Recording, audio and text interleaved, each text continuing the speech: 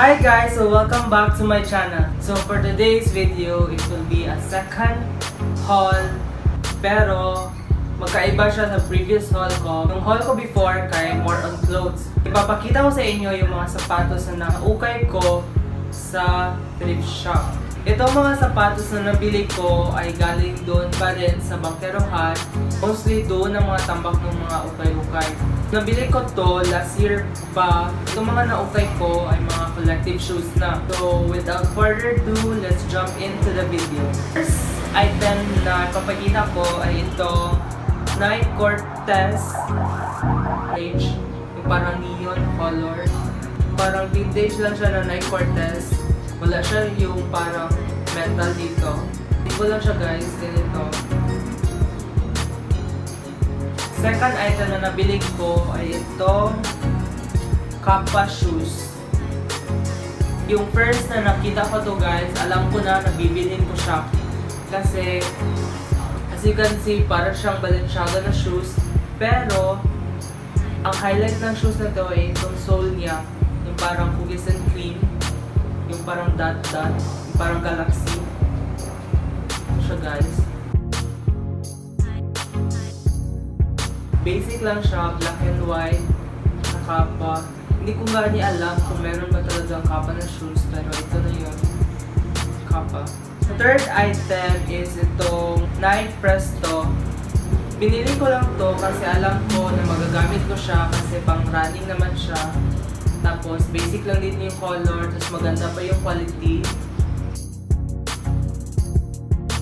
What I like about these shoes because yung dito sa likod, as you can see, yung parang may cut siya dito. Maganda siya tingnan kapag nasuot mo na. And then, yung parang plastic niya dito, parang sa lace.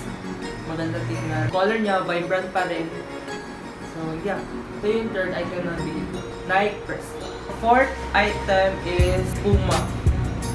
First na nasuot ko to sa school, madaming nagsasabi na saan ko daw to nabili.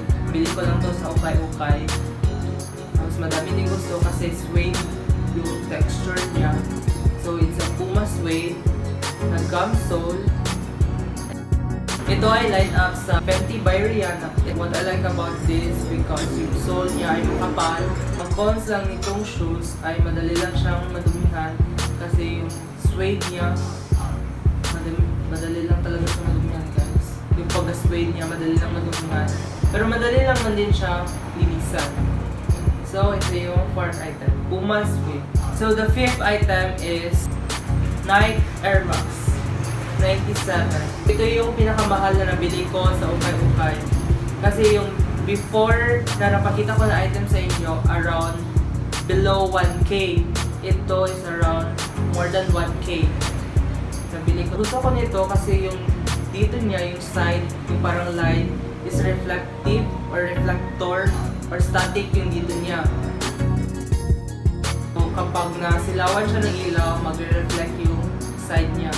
Hindi ko alam kung tawag nito Nike Air Max 97 bullet something. Na-search ko naman siya, parang may bullet ata yun. Okay din siya suotin guys. Maganda siya pang form.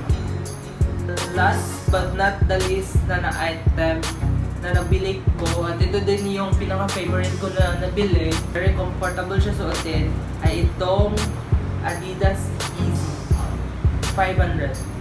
Ito yung pinaka-favorite ko na naukay na sapatos kasi comfortable siya suotin, tapos basic lang. I think ang tawag nito kay Easy 500 Blush. Siya plain brown, tapos comfortable talaga siya suotin guys.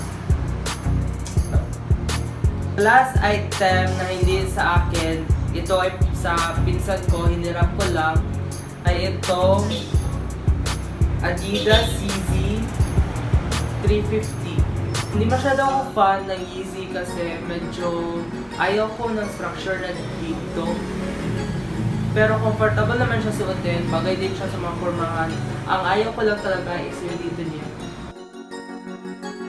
Ito yung last item na nabili ng pinsan ko sa Ukay-Ukay.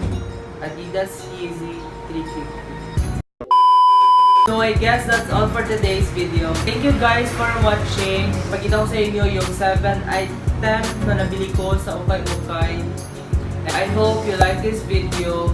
Give it a thumbs up and comment down below what do you guys want to see in my future video. And if you want to be notified whenever I post a new video, turn on the notification bell below.